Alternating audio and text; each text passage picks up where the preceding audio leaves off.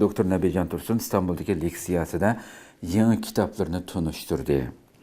Kadarlı görürmelerimiz elbette İstiklal'da kanalımızda bu leksiyanın ceryanını mı bütün sınıf şekilde tarqattık, onu mu görüşünü ümit kılımız. Uygur tarih şunası tunulgan, Uygur umumi tarihini royapqa çıkargan alimimiz Nebijan Tursun bu qatımlıq Türkiye ziyaretinde 7. iyun İstanbul'da Şarkı Türkistan tarihi Uygurlarının bir asır ilgirki aqaritish hareketleri hakkında leksiya sözüldü ve şu umumi 13 tomluk kitabının yeniden çıkan 2 tomunu tunuşturdu. Belki şunun içindeki mezmunlarını, şu tarihi ceriyanlarını naiti güzel bir şekilde sözlep verdi leksiyasında. Leksiya yığını elbette Şarkı Türkistan Marif ve Hemkarlık Cemiyeti ve TÖT Cemiyet uğurlaştırgan bu leksiya yığını. Marif ve Hemkarlık Cemiyeti, Dünya Uygur Kurultayı Vakfı, Dünya Uygur Yazgıçılar Uyuşması ve Türkistani Kütüphanesi birlikte uyuşturan bulup Sefaköy'deki Uygurlar en köp oturaqlaşkan rayondaki Uygur İlim ve Medeniyet Tedqiqat Vakfı zalida ötküzüldü. Elbette bu yerde TÖT teşkilatının mesulleri ayrım söz kıldı. Hemmesini tefsili deyişine hacet yok bence. Uyuşturgan TÖT teşkilatının mesulleri ayrım içili söz kıldı. Kitabını bütünle okup çıkan Mahmudcan bu yerde təsiratını sözüldü. Bu kitaptaki mühim mezmunlarını. Onun kayneden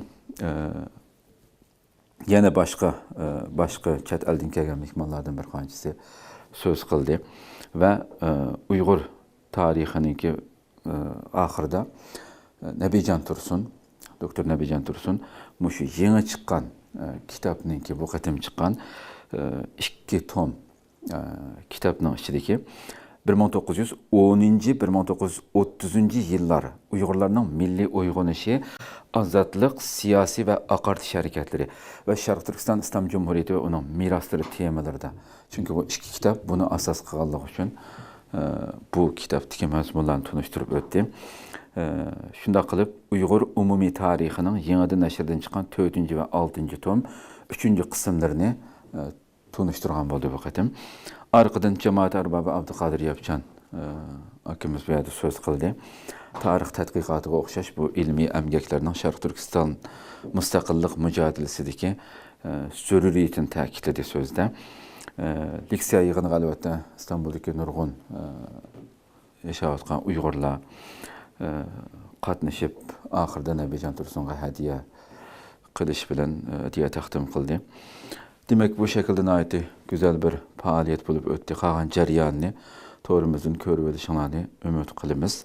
Ve bunun bir gün burun yazgıcı o Abdullah pedagog Abdullah Talip doğulganlığının 100 yıllığı hatırlandı. Yani İstanbul'da şu dünyanın her qaysı yerlerinde faaliyet kılıp atkan kişilerin qatnaşışı bilen bu yığın İstanbul'da Kurultay Reis Turgun Camı qatnaştı bu yığınga 6. iyun ötküzüldü bu yığın.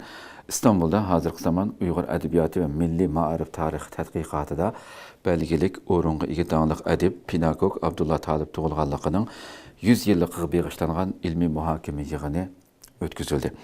Şair, teşkilatçı ve karxanaçı Tuygun Abdüveli'nin teşebbüsü bilen ötküzülgen bu faaliyetini Dünya Uygur Kurultayı, Dünya Uygur Yazgıçılar Uyuşması, Uygur Akademisi, Uygur Project Fondi ve Kanada Şarkı Türkistan Uygur Cemiyeti kadarlı teşkilatlar birlikte vücutqa çıkargan bu faaliyetini.